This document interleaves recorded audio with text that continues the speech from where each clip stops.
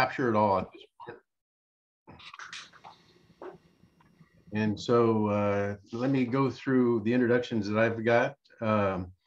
George Amendola with Cyber Dynamics, Sasha Burrows with the Consortium, Brian Chung, City of Moore Park, Paul Chunet with Cuyama, Terry Theobald with the County of Ventura, George Winkler with the City of Camarillo, Noel Heredia, Digital Value Creations, short timer Darren Kettle with VCTC, the Transportation Commission, Steve Sawyer with Charter Communications, myself with the Consortium, Jonathan Royas, City of Santa Paula. And Jonathan, who do you have with you? Good morning, everyone. I have my new guest here with us, our intern. She's actually our fellow for the next 2 years. So Nikki Mays is here with us. Nikki? And, Yes, Nikki. Hi, everybody. I'm part of the fellowship program Lead for America, which is a national fellowship program. And specifically, I'm on the American Connection Corps track, which focuses on broadband and internet and bringing that to my community in Santa Paula and Ventura County. So that's why I'm on this call today. Well, welcome. We're just so glad that you're with us and looking forward to having you help move Santa Paula forward right there with Jonathan. Awesome. So that's great.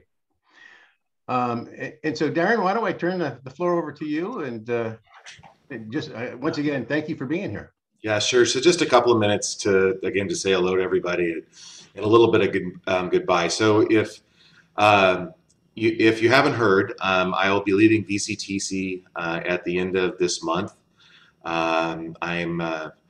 I wasn't looking for a new job. I've had a great board. I've had great people to work with. I live in an amazing community. I live in Camarillo and, of course, all of Ventura County. I've had a great run of almost 14 years at VCTC.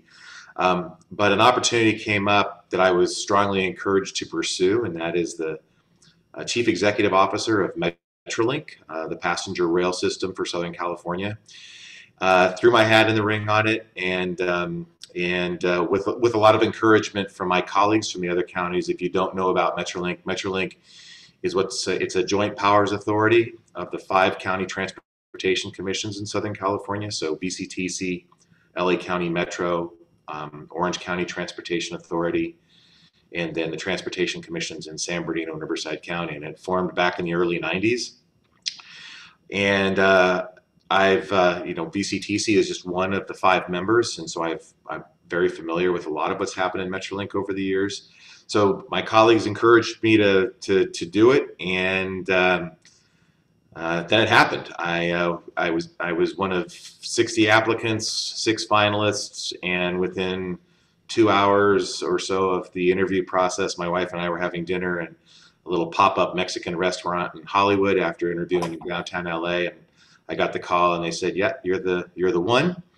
And so it happened really, really quick. And so I start at Metrolink on September 7 as their new CEO. And there's a lot of different things that are exciting about it, trying to bring ridership back to public transit and particularly rail coming out of the pandemic that has been completely hammered by ridership has been hammered by the pandemic. If people aren't going to offices, they're not riding the train to get to those offices.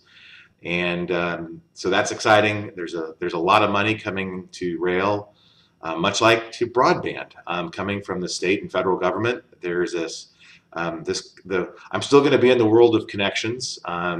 Going to be slightly different. I'll call it real old school connections, talking about passenger rail. Goes back a century, and so I'll be doing that. Like I said, there's a lot of money coming in from we've talked about in this group. We've talked about the federal investment in broadband. Well, there's massive investment coming out of depending on which infrastructure package ultimately gets the president's signature. There's going to be a lot of money for passenger rail and rail in general. There's budget surplus money in California that's going to go to passenger rail. And then finally, of course, there's this no small event called the 2028 Olympics in Los Angeles. And there is a very, very strong push that passenger rail will be to the degree it can be done, the mode of choice to get the world to the games in Los Angeles.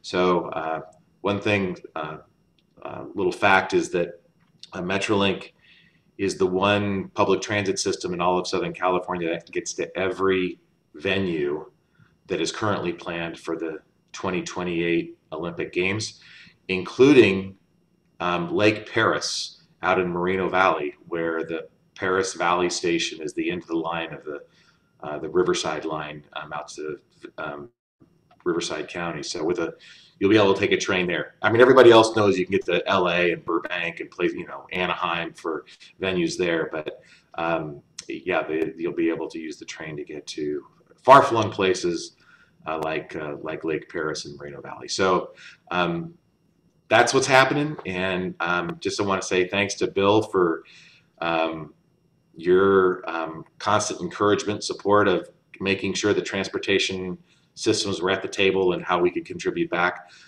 I hope that my successor stays engaged in this.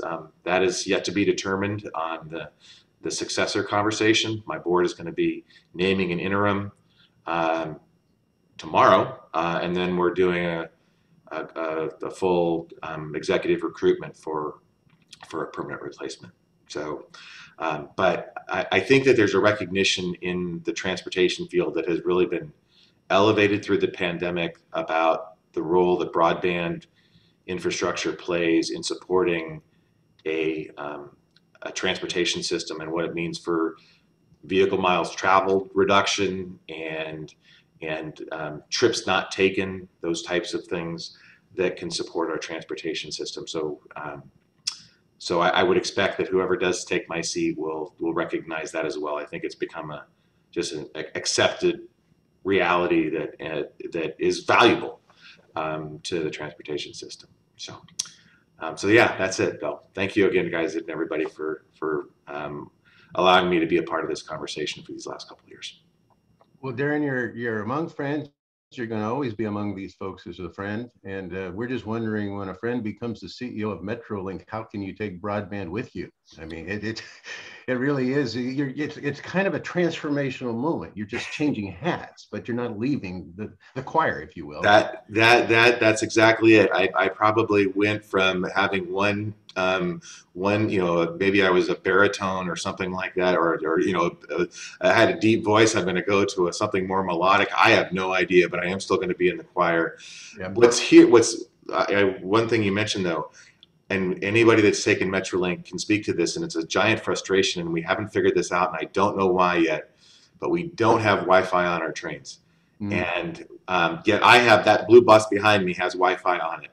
So I'm not going to say it's great Wi-Fi, but it does have Wi-Fi. So one of those, damn it, I'm going to fix that so that we have that ability to have better service on our trains, because I think it's going to support everybody. But yeah, that's something that so I'm not completely out of it either, because I've got to make sure from a customer service perspective, it's pretty damn important that we have that kind of technology available to our riders. That is a low-hanging fruit.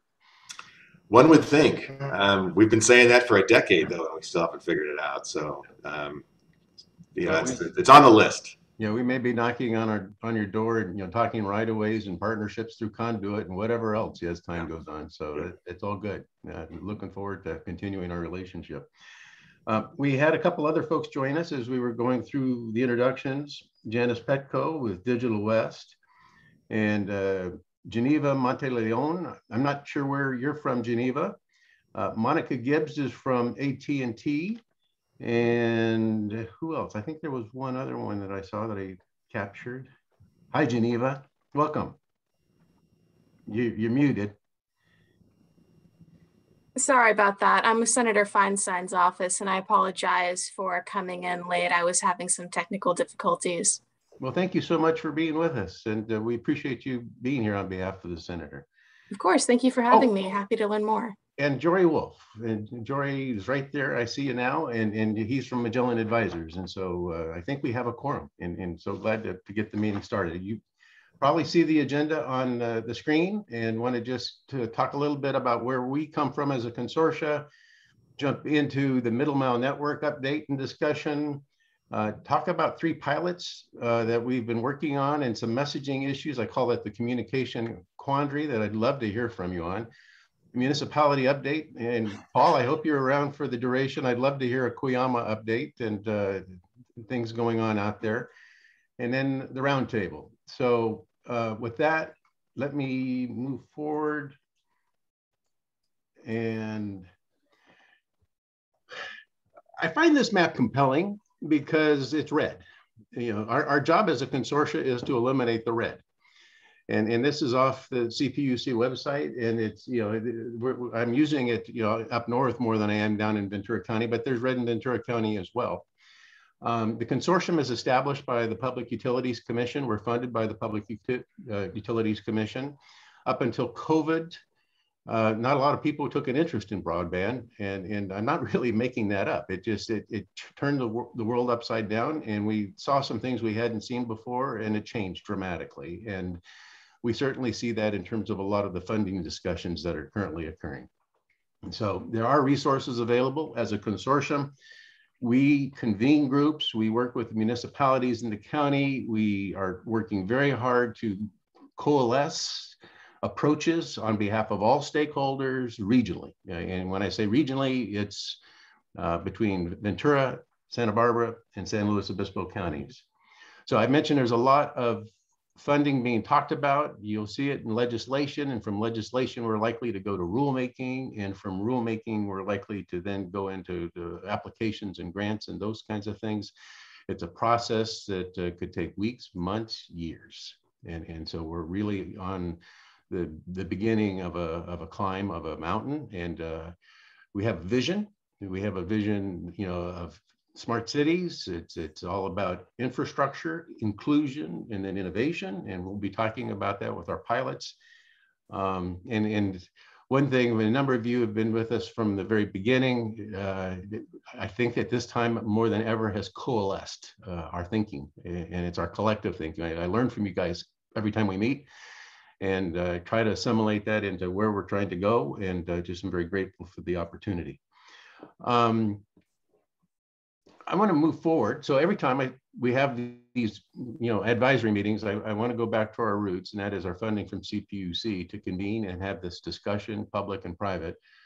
But one of the most exciting things happening down here in Ventura County is the Middle Mile Network. And we've got Terry Theobald, the CIO of the county, can provide us an update, as well as Jory Wolf, who's the consultant that the county has brought on board. And there's some exciting things happening, and I have to tell you that this is kind of a model. The 2 counties north are looking at it. They're wanting to follow in similar footsteps. And I think that those conversations will be occurring. And we can get into more details as the meeting unfolds. Terry, can I turn it over to you to get started? Hi, Bill, thanks. You can. Oh, can you hear me okay? Yes. So I have a thing I got to do outside my office for a couple of minutes. So what I'm going to do is I'm going to give Jory knows everything I know. So I'm just going to give a short perspective, and then I'll let Jory go into the details so I can go step out. So you know, we're looking, so we've talked about the middle mile before. We've got the run from Santa Clarita down the 126 to Ventura City. We've got the route that comes down the 118, which we're still working on where we'll go first, but connecting either into a POP or a data center in Simi Valley, or coming down through the Thousand Oaks City network into Agoura Hills, where there's another one. So, and then we have the loop that goes up the 150 and down 33. That's the loop in the top left corner that catches Ojai and some of the surrounding communities up there. So that hasn't changed. What has changed is all of the legislation that's coming out. So the 5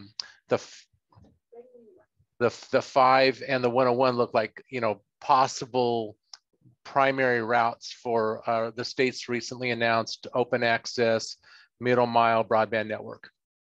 We're We're still looking at funding from the federal and state level. We're going to get more updates on that later today from SCAG and the Digital Divide group that they've sponsored. And I'm also meeting with the county this tomorrow to talk about some other funding opportunities. We've primarily been focusing on these large federal and state grants, or I won't call them grants, but I think they are. And then, but there's others out there. There's ARPA, there's CARES, there's hospital grants, there's library grants. And I think that the federal and state opportunities may take a while to come to fruition. And we're really thinking now about finding and going after some of these smaller funding options. So at least we can start building one or more of these middle miles and taking advantage of that to then actually closing the digital divide in some areas, primarily around along the 126 and the 118. So with that, I'm going to jump off, Terry. I'm going to turn it over to you because I know you can do this probably better than I can. So thank you. Thank you, Terry. Good morning, everyone. As Terry had said, the county is working very diligently with service providers and also with partner municipalities within the region. We are currently, as you all have seen this map before, we're currently working on many of the fine details of how to construct along the 126 and on the 118. We're also speaking now with each of the cities that are going to be connecting along these alignments on how we're going to connect their city halls. We've had a very meaningful conversation with the folks over at Fillmore. We've identified fiber that is in the town of Fillmore that they put in as part of the traffic signal modernization program.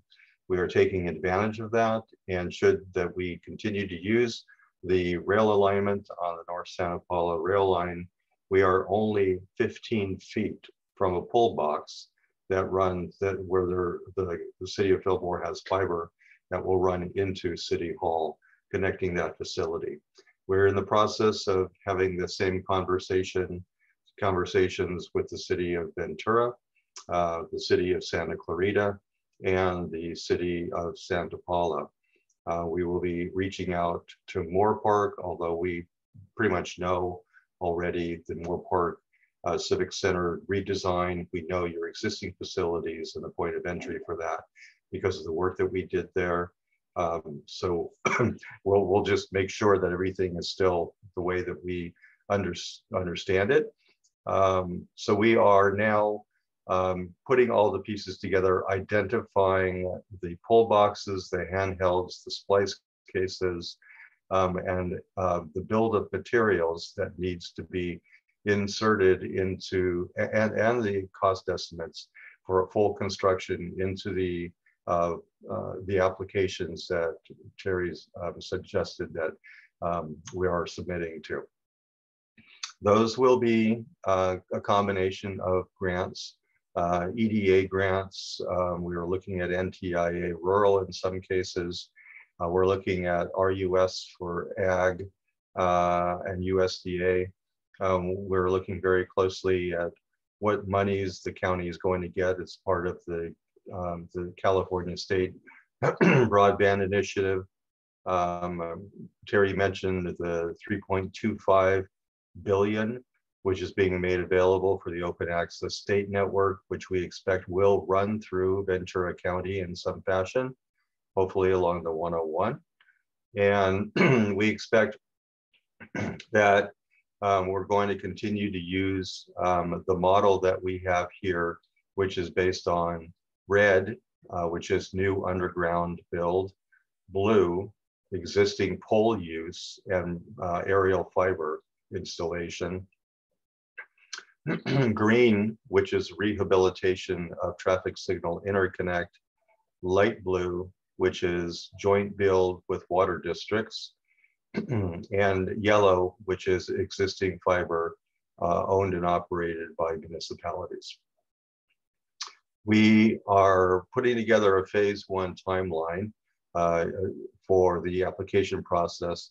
We are looking at some very, very tight timelines here. Many of you may have been following the economic adjustment grant opportunity coming out of the federal government that will be applicable here for Ventura County. You may have also heard about Build Back Better. That is also a program that we're pursuing for Ventura County.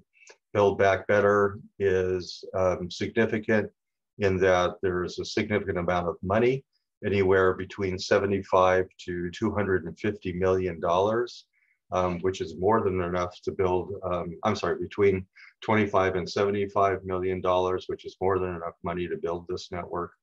We are now working with 3 grant application writing companies, and those writing companies are working with us on preparing proposals for the county right now, for the county to review their proposals, and for us to determine together with the county which of them will be writing which of these grants. Again, USDA, EDA, NTIA, Build Back Better, and the Economic Adjustment. Economic Adjustment and Build Back Better are coming out of the EDA as well. We are moving now into the second phase of this project. The county is providing a significant amount of support for this. It is moving forward. This is not going to be sitting on a shelf. The County Board of Supervisors have taken this up, and this is a priority matter for them. Bill, back to you. You know, Jory, I was thinking, you and I talked yesterday about all the funding activities, and I'm just wondering if we could perhaps down the road in the next few weeks or a month before our next meeting is schedule a webinar where we might just focus on the sharing of information from all the funding. You touched on it in what you just shared, but it would be great to just take an hour, if you don't mind, sharing all of, descriptions of all of these different funding sources, where they're at, what the status is. And, I think we could probably draw a pretty good group of interested parties from the 3 counties if we gave it enough visibility and awareness that, here's all that's happening in this space right now. And each of the 3 counties is, they're all diverse in their own way. And even with not only between them, but within them. And so it is something that it isn't one size fits all. It's not going to be the same for each county. Each county is going to find itself eligible for different grants. These grants draw upon populations for last mile. They draw upon density. They draw upon poverty. And they draw upon served versus underserved versus unserved.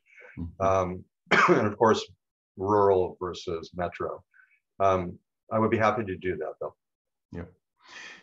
Darren, I was kind of interested in your thoughts. There's been discussion, in this initiative related to the Santa Paula corridor with, you've been a great advocate and champion of all that.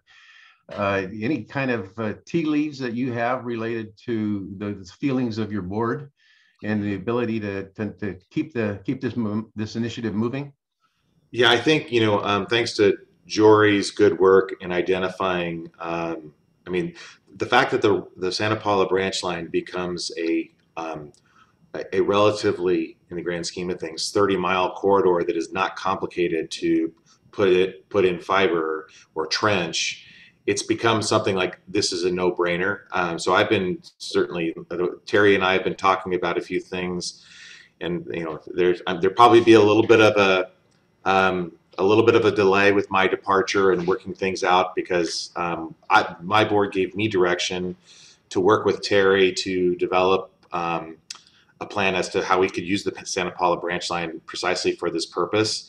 And Terry was working on a few things, and we've just not had a chance to put our heads together yet. But there's very clear direction from the commission to utilize the Santa Paula branch line corridor to the LA County line for this purpose, so that it's you use the term low-hanging fruit on one area earlier today. This is another perfect example of how we can do something with a 30-mile corridor that is not that difficult, relatively speaking, for putting in a strong broadband backbone for that segment.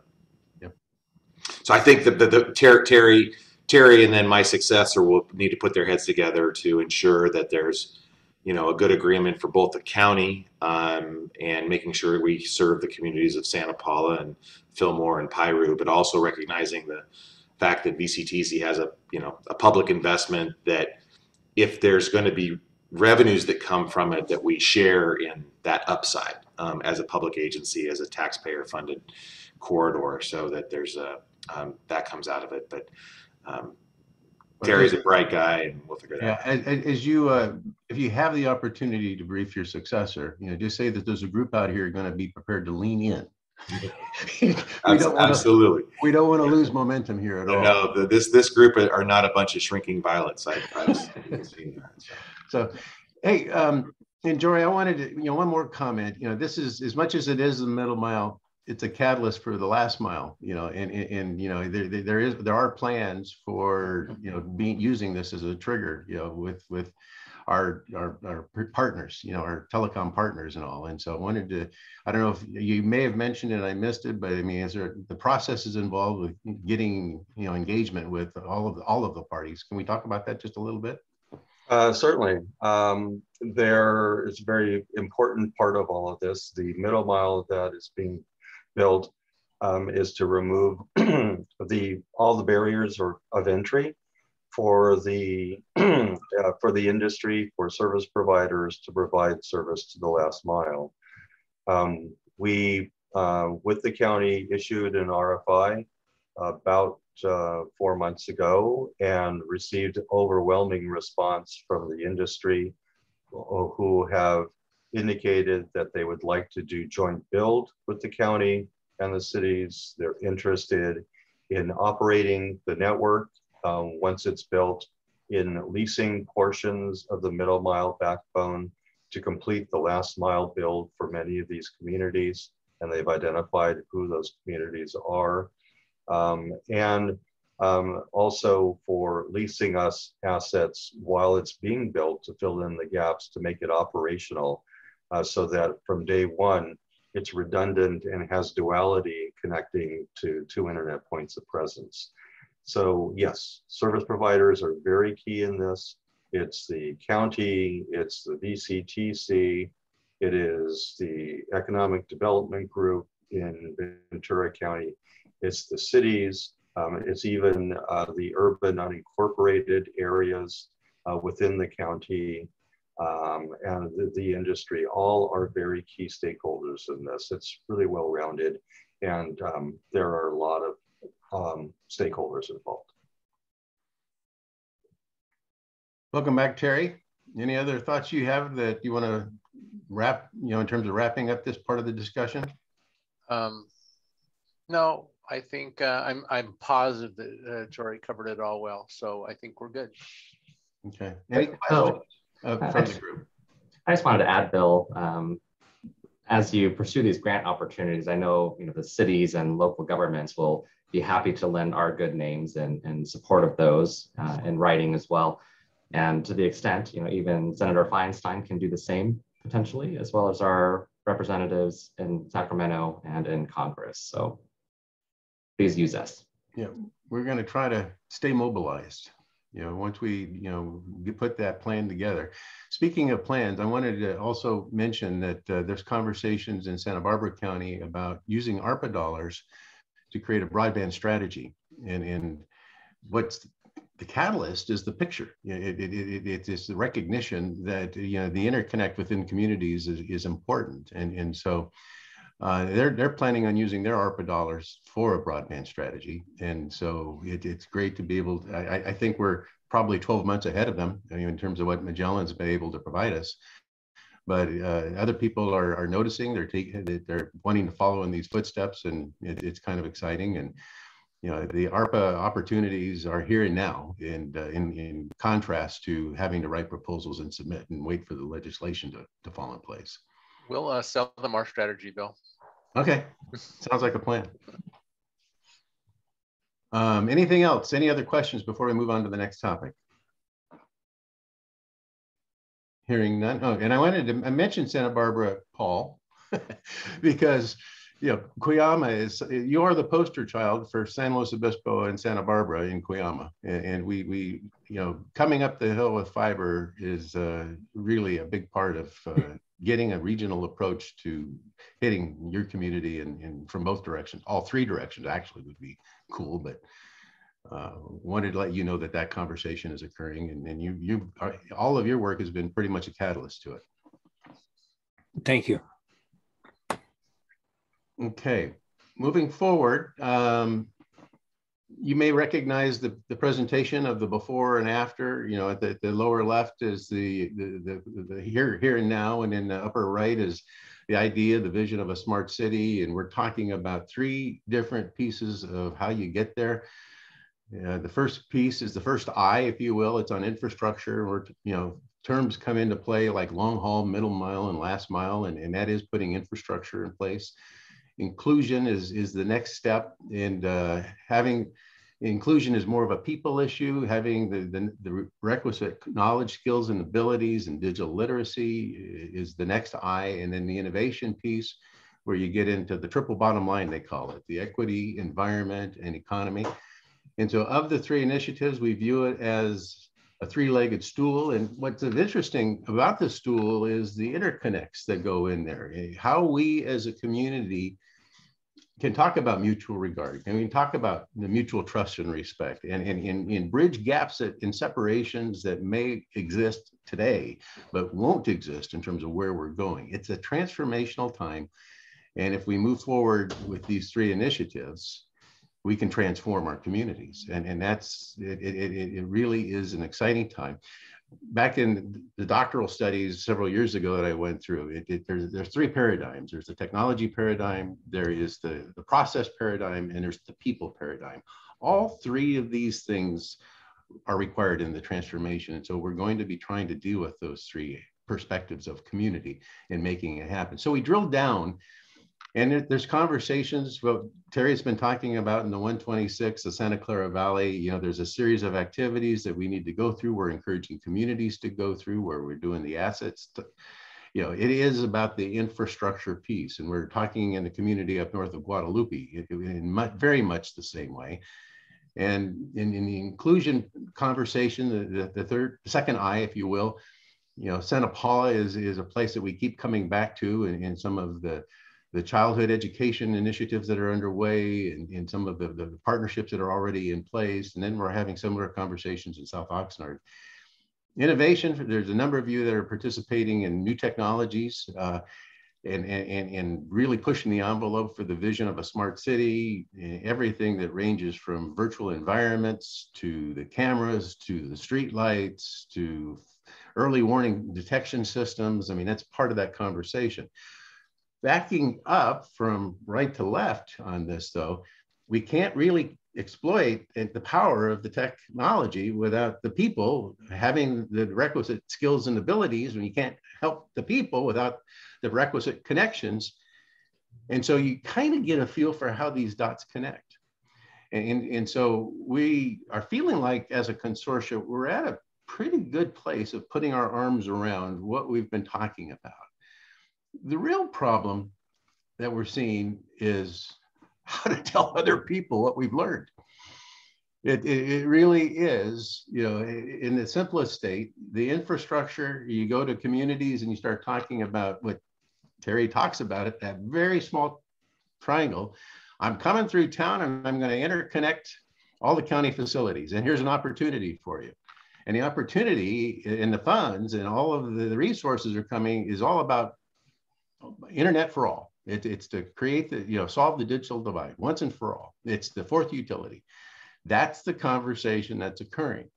But we've got to then transform that reality here and now to an imperative to say, let's start talking about digital literacy. Let's start talking about the skills that we're going to need and the training that we're going to need. And let's recruit bridge builders, if you will, trusted agents that can go into these communities and help us share with them the opportunities. And then as those, we transform people's lives with digital literacy and the skill sets that can benefit from this, telehealth, telework, all of the technologies and what you can do start falling in line.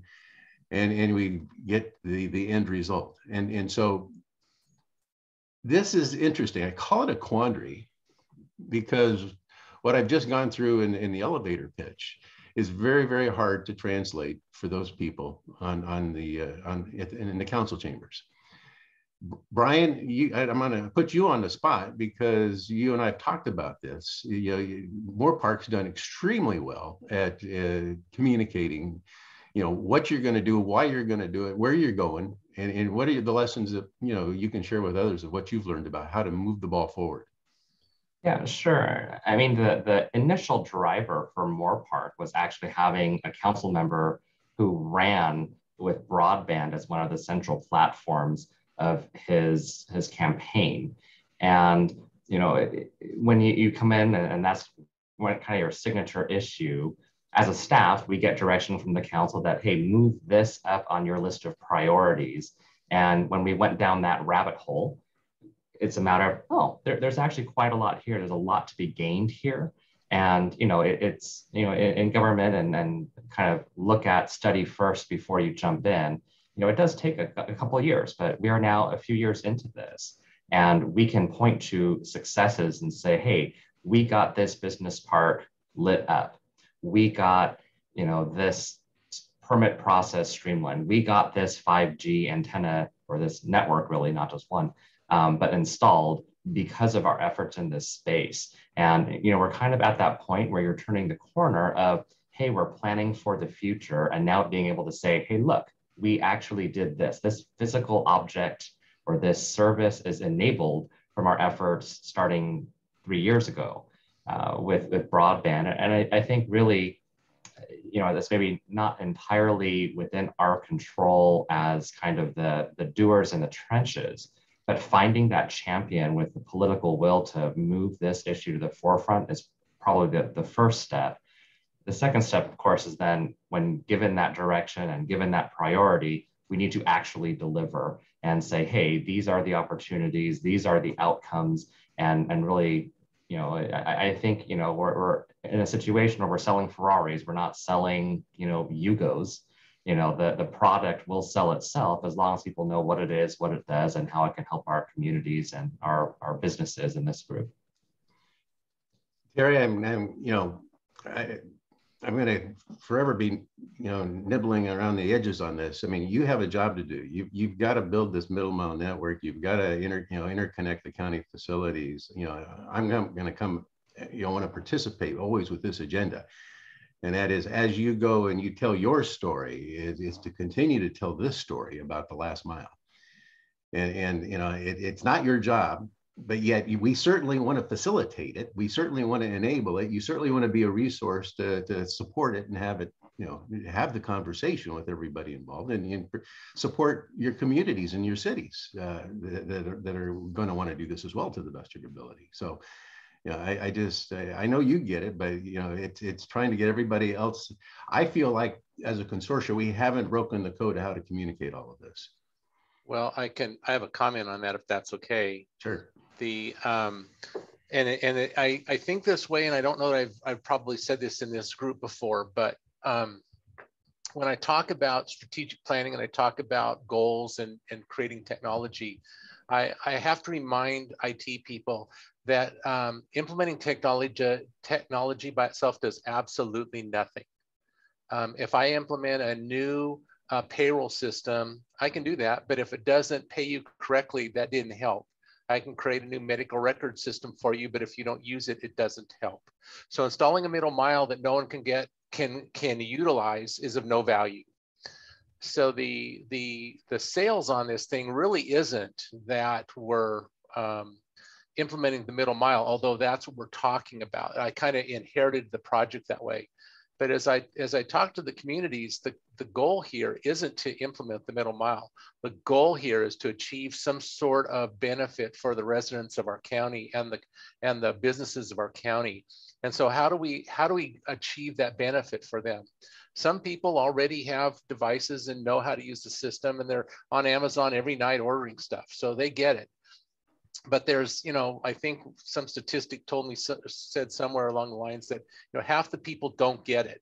Some of those don't get it because they've never had access to it. Some of them don't get it because they're like some of my wife's family who believe that they should have been born 200 years ago because they hate technology. So how do we explain to them what the value of being in a connected world is? That's to me the challenge, and that has to be part of the conversation. And I think I've started to do that a little bit in some of the meetings I had with the cities and smaller groups, but I don't think I've added it to my main elevator pitch. But it needs to be there, and the components you have are correct. But I need to know how to use it. I need to have a way to use it. I need to have a place to connect. But what are you going to do with it when you get there? Or what are communities going to do with it? They're going to help you. And that goes back to partly the digital communities and smart cities. And that also goes back to personally, do you care if you can access education online, given how it went last year? Do you care if you can telemedicine with your doctor? What exactly are the benefits you're looking for? It's not gonna be the same for everybody. That's part of the challenge is I can talk to 5 people and get 5 different reasons for why they might want to be interested in the internet. And one of them won't care. It's like, I don't want the internet. I don't ever want to be. My wife is one of those. Yep. My wife is not connected to the internet. If she wants something, she sees something on TV, she says, hey, can you go see if you can get this for me on Amazon? Because I'm connected. She never wants to be connected. She thinks that it's an evil thing. That's the challenge. So I'm living with one of the challenges. And if I can convince her one of these days to get online, I think I will be successful. That's all. Well, and I've used the example in the past that, you know, in one in particular that's passed around in consortium lore and is talking to an assembly member up in Sacramento, and, you know, trying to convince people that this was an issue prior to COVID. It's somebody would look at their phone and say, I've got 3 bars. What's the problem? You know, and it's broadband in itself is such a big word. And it's such a complex undertaking, you know, whether you're talking about wireless technologies or fiber optics or middle mile or last mile, you know, the infrastructure and the partnerships in the industry. And you get into really making sausage, and we lose a lot of the leadership that we need because it's just so much into the minutia. And so we've got to figure out how to continue to bring clarity to the conversation, I believe. Thank you for that example, by the way. I have personally found my reliance on broadband to be diminishing incrementally month by month. I find myself, I used to go upstairs and I would get online and I would on my internet connection and I would do things. And now I find myself sitting in front of the TV, reading email on my cell phone, ordering stuff from Amazon on my cell phone, checking weather on my cell phone, reading the news on my cell phone. And so from my perspective, I'm thinking, well, yeah, if cellular got fast enough and reliable enough, I probably would do the same thing to my home computer that I did with my house telephone line. Ditch it. Yeah. And one thing that I found helpful kind of in my own elevator pitch was just kind of sharing a line that, you know, broadband is probably not the #1 solution to very many problems, but it is the #2 or 3 or 4 solution to dozens and dozens of problems. And, you know, by enabling that infrastructure, you can make inroads in multiple areas. So it's not the #1 issue in education. It's not the #1 issue in public health, or, you know, it's not going to, you know, reduce the traffic on that street as much as adding another lane would. But it will, you know, reduce traffic by 5%. It'll improve the efficiency of healthcare by 10%. It will, you know, all of these things. And it's just hard to get that attention when you're not the shiniest object, but oh man, you can make a heck of a difference in a number of areas by investing in broadband infrastructure. So the takeaway from this conversation is it's an ongoing conversation. Any advice, any suggestions, use of different media, use of different terms, different analogies, any tools? Bill, yes, Noel. yeah, may I just add, to underscore what Terry is talking about, and that is the point when the rubber hits the road. We're building all this broadband network, we're doing all this stuff, but there is a point where the rubber hits the road. Think for a minute about the skills that are needed to actually, use this broadband. I'll give you one seemingly two trivial examples. But now that there's broadband, I've got this incredible Wi-Fi router, Wi-Fi 6E. But what are the skills available in Santa Paula for somebody to come in and configure that router so that I can enjoy that wonderful, whatever high speed that I could get? Second example is a lot of people use Microsoft 365. Part of the deal with Microsoft 365 is a OneDrive, which gives you 1 terabyte of disk capacity. If you add up the number of people who are actually using that, it's a minuscule percentage of people. Why? They have no idea how to use it.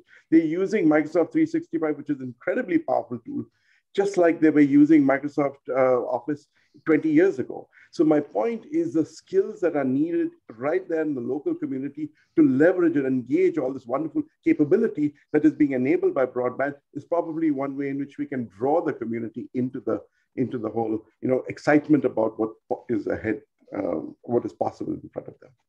Something to think about. Thank you, Noel. Steve Weingart's just joined us from Ridge Communications. Steve, sorry I didn't see your text, and sorry for the delay in getting you the link. Thank you. Thank you. I'm here. Yep. Okay. George, did you have your hand raised? We're not hearing you, George.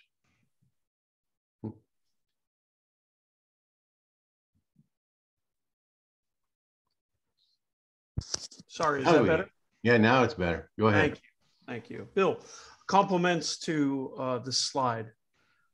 This topic of conversation, I believe, is come full circle as it relates to this side. And I believe that as I look at broadband and I look at the role of the Broadband Consortium Pacific Coast, I've always viewed the BCPC as fostering the infrastructure conversation. But then as we come into the audience and the different needs of the audience, the why broadband, I think that we don't segment the conversation enough specific to the audience as far as the stakeholders, whether they're constituents, whether they're public service employees, whether they're private enterprise investors, et cetera, or if they're politicians looking to service their constituents and get votes. The why, I think, is a big piece of the conversation. Why are you going to use it? What are the benefits you're going to achieve based on the segmentation, as you've outlined here, of inclusion? We all have different ways we use broadband. And to Terry's example, which I thought was great, here we have the CIO of the county who has given a very nuanced view of what a typical residential user may use broadband for. Whereas we're going to, sit in front of the TV, we're going to make purchases on our Amazon, we may look at email, but then the big component which is missing of that is the device is just an access mechanism, which we rely on broadband as a catch-all to go up into the miraculous cloud. And we have all this access to information and services. We can pull down data, we can push data, whatever it is, depending on what your user is doing. So as the segmentation develops within the audience, use cases, I think, become more relevant to each audience segmentation. And I think that is, from a brushstroke of this conversation in a 10-minute segment, I think it's really hard to give credit and place enough emphasis on what, say, public safety broadband would look like, or education broadband would look like, social services, or healthcare. And I think you've really done a great job on the slide, because I think it brings in many of the factors of why we're having this discussion. But the beginning stage of this is the essential need for the infrastructure of fiber optic cables to act as a transport mechanism to deliver to the peering networks, which create the broadband that we use and consume. We don't see it, we don't taste it, we don't touch it, we don't smell it, but we use and consume it each and every day for our own individual reasons, whether it's business or personal. Those are my comments about talking points. Well, George, that was, my takeaway was use case. I mean, I think that really is something to really think about. It's not enough to, and I've kind of, maybe it's a tactical error on my part. I've walked into these conversations saying, the dump trucks are coming, they're dumping lots of money, it's going to be internet for all, how are you going to do that? I mean, and it's basically taking a sledgehammer.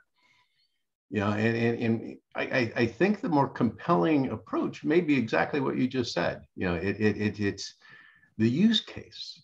Instead of saying you're going to have to do something here, maybe it is, why can't we do that? Why can't we do this? Imagine a day where these things occur. And do it in terms of each of the verticals where people will see, yeah, we need to do that, and this is why we need the infrastructure. I mean, that really would be a way to probably, in a positive way, move people forward, rather than just saying, we got to do something here and say the sky's falling. So anyway, that's good feedback, George. And as a word of encouragement, Bill, too, I mean, do recognize the success of broadband becoming in the mainstream politically at higher levels of government, right? So, the state did provide, it's 3.25 billion, and available to others, but it's a total investment of $6 billion in California.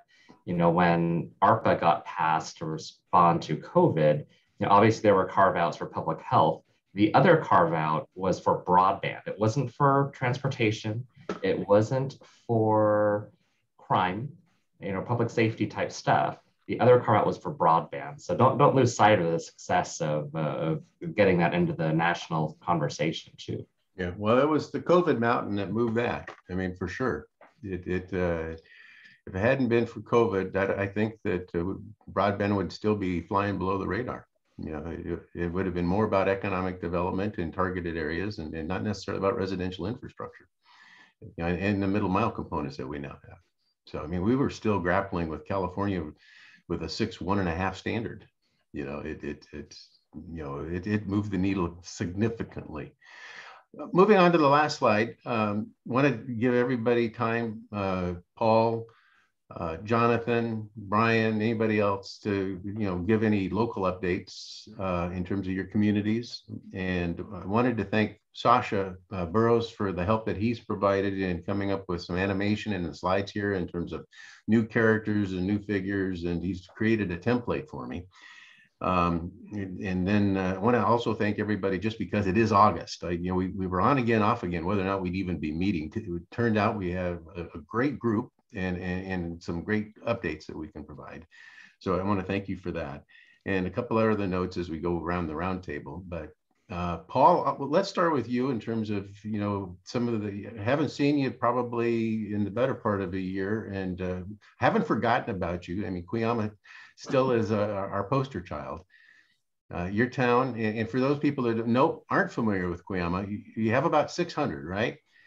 And the big part of, you get into town, you see a big antenna, and it basically, they get their internet, their phone system and everything through microwave. That's the primary means to get into the community. And Paul has been a tireless champion of every time we can find a grant, every time we can find a partner, taking them around and trying to put those deals together and get the grant application submitted. So Paul, thank you for joining us.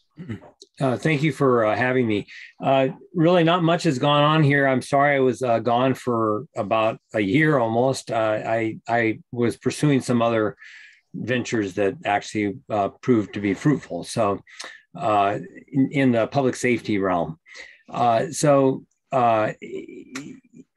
Actually not much has gone on. There is actually a company out of Bakersfield it's a applied technology group that is providing service here in Cuyama Valley. It's not broadband, but it's better than a hotspot and or satellite. And so I personally have subscribed to that, and it's an unlicensed band that works off of a temporary tower up on E&B natural resources, environmental resources property.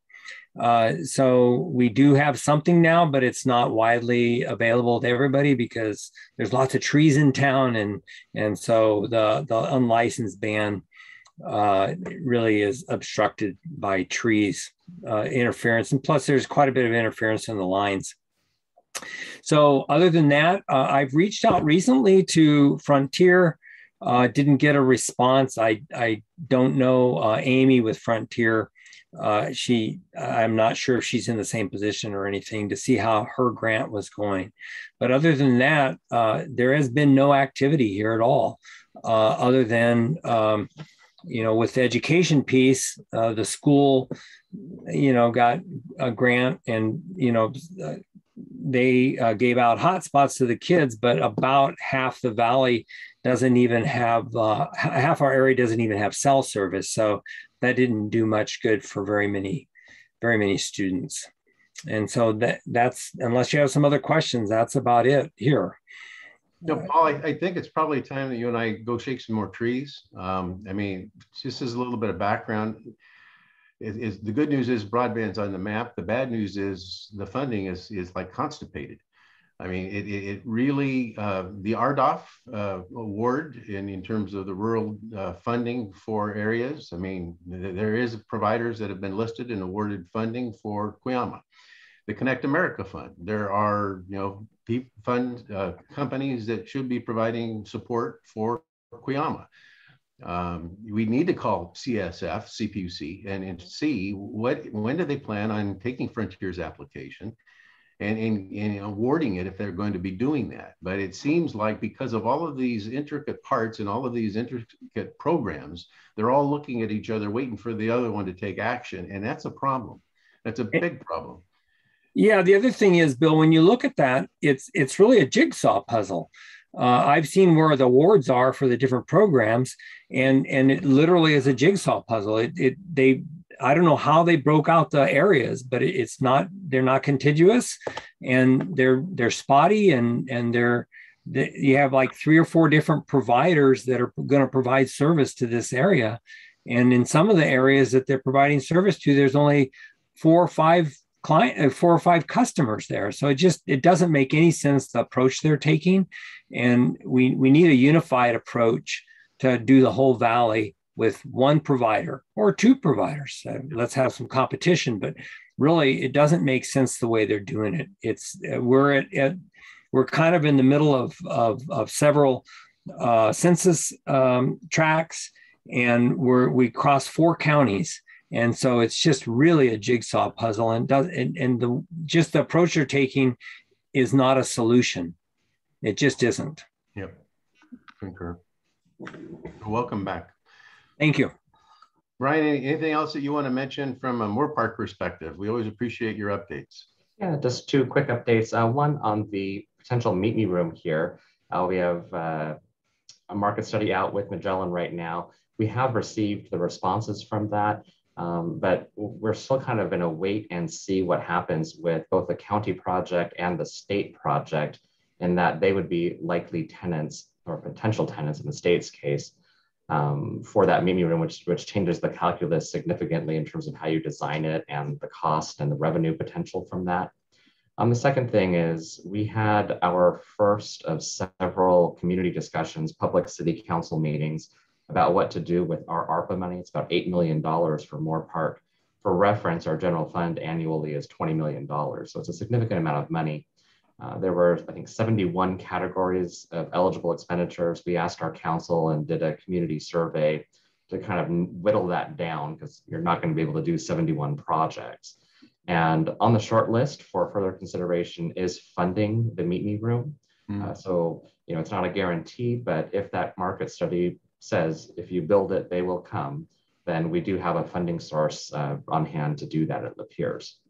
The second thing, which I'm kind of excited about, but next week internally, we are meeting as the executive team here at Moorpark City Hall to go over the draft of our technology scouting report.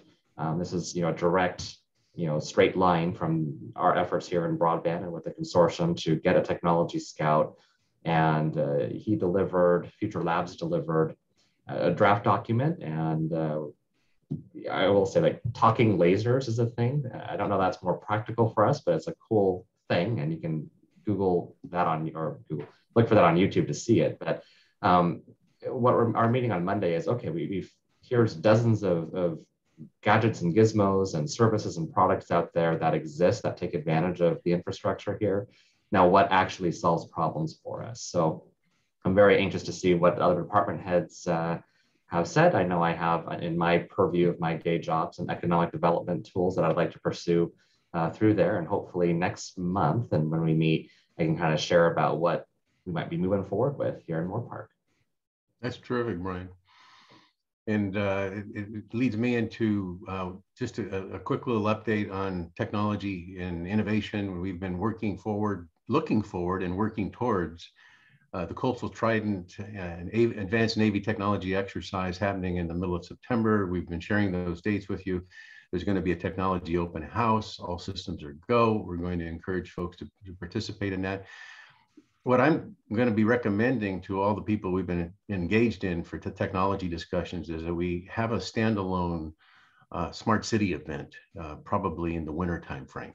And what we're finding is that the drumbeat and the ability to get things done, in the fall for this upcoming expo is giving short shrift to our ability to build partnerships into the conversations, and we want to do a lot more. I'd be really interested in, Brian, the technology scouts vision of a lot of these technologies, and I instead of trying to mix and match the Navy's interest and public safety's interest with the broader smart city interest, we want to do both, but I don't want to just try to do it all together because we have a lot of stuff going on. And so I'm going to continue to advance the cause of the regional exercise that occurs, but I'm also going to break out Smart City and have a standalone conversation. And I'll be talking with Alan Yeager and the folks from the Navy about that this afternoon. And recognizing we really do want to bring the smart city tech to a focus and have these partnerships, and the audience is required. And so previous upcoming attractions, I expect to be solidifying that in the next week or two. And Jonathan jumped off. Any other updates from a municipality standpoint? Questions at this point? Okay, I wanted to also mention from a webinar standpoint, several weeks ago, I had a conversation with Google Fiber, and I've reached out to them, and I'm hoping that they will allow us to do a webinar, that they'll be willing. Right now, they certainly are interested in talking to certain communities that have certain populations. They have a whole new business model. They've reconstituted themselves from what they did before, the lessons learned, and so they have certain criteria. But rather than cherry picking people to introduce them to, what I was really interested in doing is do something similar to what we did with Ammon, Idaho, where we have somebody that it's open to all, and we just share an approach. And so I'm waiting for a response back, but if I can get the positive response, I'm going to encourage them to let us convene a meeting similar to our advisory meeting, and for an hour talk about what their lessons learned were from the previous constructs that they sought versus now how they're approaching communities and the work that they're doing. And it sounded good. It sounded very similar to and very complementary to what Terry was talking about earlier in terms of partnering with municipalities and municipality participation in ownership of assets. But I'd rather have them present it to you directly, and we'll see what that looks like and sounds like. Any other topics? I think I've gone through my list of the things I wanted to share. Well, for the roundtable portion, if there's anything that you want to share, anything that any questions you might have that we've left off, the floor is open. George. I'd like to ask a question sort of related to broadband as we use the data which is presented by the county and the CDC, et cetera, about COVID.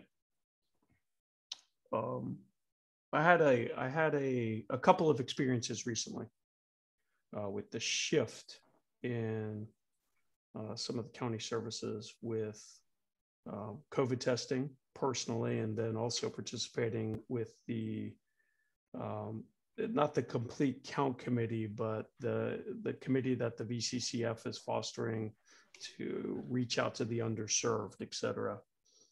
And then also as an observation about the data which is being presented, I noticed a shift in the data which is being presented, that our active case rate per the population of 100,000 is greater than the red, purple, yellow tiers, et cetera, red tiers that we had back 1 year ago where we were in complete lockdowns. But then there was also a graphical comparison about the number of people vaccinated, comparison to the number of people unvaccinated who were requiring hospitalizations. And then lastly, about the data, I noticed that the R factor has disappeared from the data which is being presented from the county, which I thought was all very interesting as far as looking at the data as I've received it, as has been made visible to me, and then the changing metrics available. But one thing that I also observed, that in the testing, the COVID testing, if you didn't have access to a device, if you could not pre-register for an appointment, you could not receive a COVID test. So I thought that was also interesting. And that is a shift which has taken place within the past 30 days. You had to have a pre-registered appointment through a device. You had to do it online.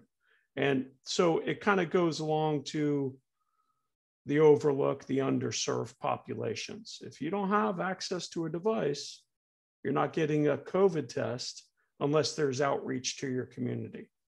Another observation that I had, and this was specific to the service provider covidclinic.org/VCF, who is operating at the fairgrounds. A week ago, this past Monday, they had an outage. And their outage was system-wide, where you could not go online to register for an appointment. And because you couldn't go online and register for an appointment, if you went down to the fairgrounds to get a COVID test, they wouldn't be able to service you. So this is the most appropriate way I think I could share this information. I thought it was relevant, and it all comes down to having access to broadband. Thank you. I think you've illustrated the points with a use case of exactly what was discovered through the whole COVID crisis. We have communities that are underserved, and that the adoption itself is a critical factor. We talked to a state senator in a conversation last night, and you know, I made the point that infrastructure inclusion, it is like the beer commercial. It tastes great, less filling. I mean, it's the same product. They're inextricable. They've got to come together, and people have got to understand that you can't have one without the other. If you're going to be solving this one, you're going to need that one. I mean, and it's part of that communication thing. So thank you, George. Any other thoughts to share for the good of the order? Hi, I'd like to just expand on what George said a little bit, and I'm going to connect this to something Brian said. At least I believe Brian said it, which is, you know, we're putting all of our eggs into the broadband basket. I think we're all on board with that. We see the advantages of it, but you know, there always needs to be a plan B. And when we first were doing COVID, you know, you could just show up and you could get a test, and but we eventually, the county eventually, or I should say the state eventually moved to a system, and if you weren't, and if this network had gone down, then you couldn't get the shot or the test because the system went down.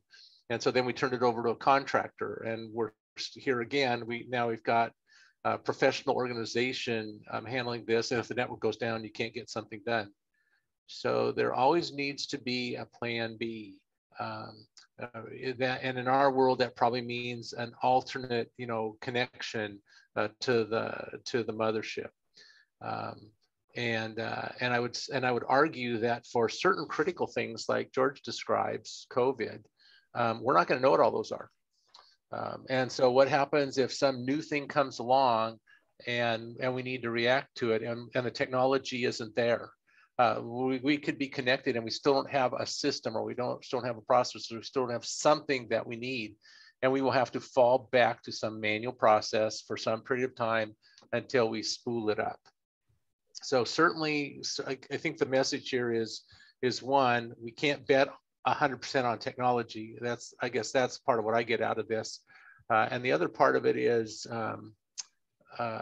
that when we do use technology, the technology needs to have redundancy built into it. It needs to be able to withstand a local switch going down. It should be able to withstand a major sunspot event. It should be able to withstand, tornadoes and everything else, whatever we throw at it, which to some degree, I think, supports the idea that wireless and aerial is probably not the only way we should go on any route. If we have a fire, there goes the aerial. If we have, a storm, there goes the aerial. And storms and wireless doesn't necessarily work too well either. If you've ever experienced trying to get cellular or DirecTV in a heavy weather system. So thank you, George, for pointing that out. I think that was great to hear. Also being the guy that supported the network for those guys. And I have to say, absolutely a failover plan from a digital engagement to a manual engagement, especially in critical emergency type situations. We have to be prepared for that. And if we're not prepared for that in training, et cetera, then there's a complete breakdown in the system when there's a lack of availability. And so, Bill, that goes back to our talking point. We talk and setting expectations. The expectation isn't that we put in this technology and we teach you how to use it and everything's good. What's going to happen when you can't get to the internet? What do you do now? What are your alternatives? Do you even know what your alternatives are? So it's not just training. We do this in the hospital all the time. We train everybody on how to use this new $50 million electronic health record system and how to use the glucometers and the registration and all that other kind of stuff. And then the system crashes. And trust me, I've had my fair share of experience with the system crashing at VCMC. There needs to be an immediate plan B that everybody understands what to do. You can't say, oh, I'm sorry, you can't have your pain medication until the system comes back up. That just doesn't work. So that needs to be part of our conversation too. Absolutely. The irony is that the internet was architecturally designed to be redundant. So it's funny that we are experiencing these things, whereas the internet's underpinning architecture is redundancy. That was the whole reason why it was created. So it's ironic the way we adopt it and implement it is being, that aspect is being often lost. Single points of failure. Yeah. Two other quick updates. The Chumash have applied for a grant through CSF. They have 2.5 gigahertz of spectrum that they're going to be putting to use. It was granted to them by FCC, and they're also wanting to be a catalyst on the North County fiber ring that's being designed in the communities in the northern Santa Barbara County area. The other thing is you'll be getting a update on Monday from Vandenberg. They're encouraging any and all providers that want to discuss delivery of fiber to Vandenberg. Their building of 2 POPs, points of presence on the base, continues. I think one's coming online at the end of this fiscal year, and another one is planned to be developed next fiscal year. But they are, certain companies have been talking. They're encouraging any and all that are interested to continue talking, and so that is well underway and continuing. So I wanted to let you know that those are occurring. Anything else? Guys, it's been great. Gals too, I'm sorry. I don't mean to be strictly guys, but Geneva, we're glad that you're here from the Senator's office and appreciate the support that you've been providing. And if there's nothing else, we'll plan on adjourning the meeting. Thank Feel you very free. much. We'll stay connected Thanks, though. man. Thanks, All right. man. Bye. Thank you, Bill. Bye.